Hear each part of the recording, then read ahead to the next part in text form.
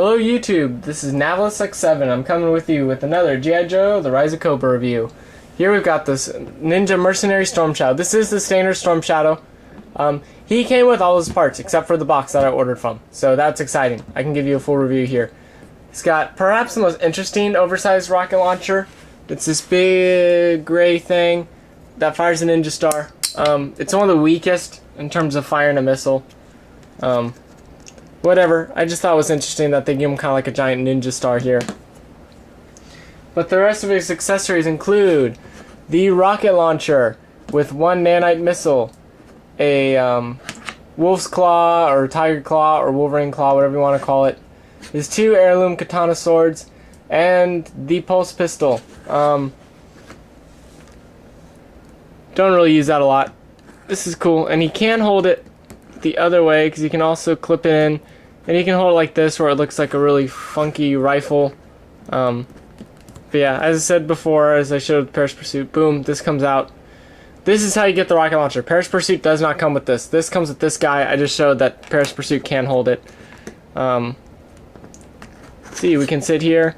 He's got this oversized pulse pistol that will get in the way when it's in the holster of his waist or his chest swivel.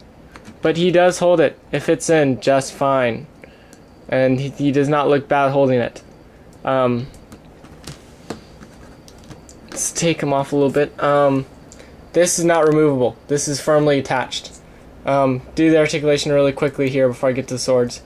His arms are unhindered. If you fold it back, you might hit the heirloom sword, but he can clear it though if you just move it a little bit. Same here. His head is a little hindered by this turned up collar, but still looks good, and you can still get the motion that you really need him to get.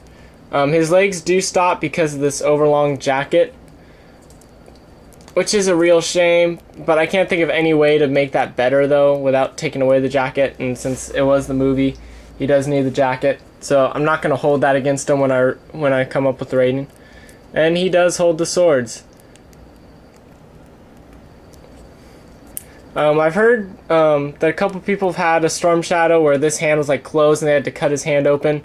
Mine was not like that. Mine was just fine. I have heard of other ones.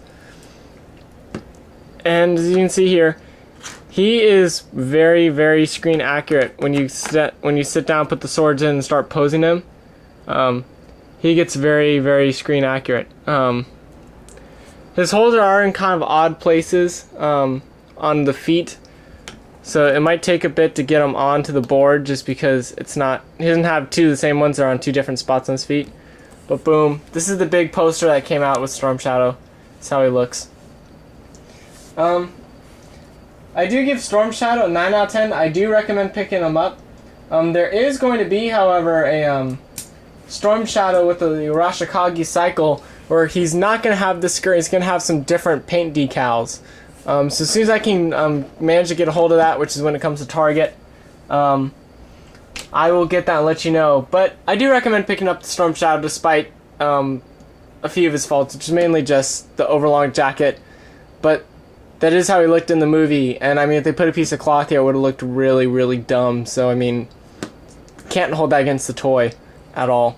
So I do recommend picking him up. This is Navelix7, and I'm signing out.